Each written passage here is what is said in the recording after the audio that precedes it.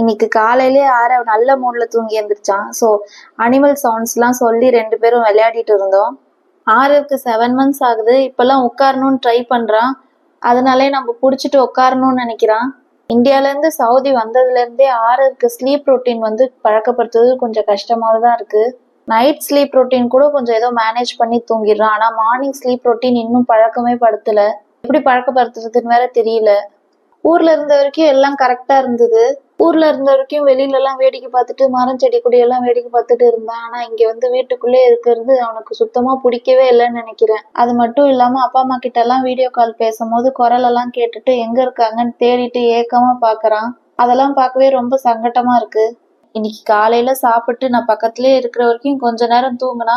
நான் மதியம் சமைக்கிறதுக்காக வந்தேன், உடனே எந்திரிச்சிட்டான். இப்பவும் அரிசி கூழ் தான் குடுக்குறேன்னு இன்னைக்கு கொஞ்சம் கேரட்டும் பருப்பும் கொடுத்துருந்தேன். இன்னைக்கு அவனுக்கு ரொம்பவே பிடிச்சிருந்துச்சு.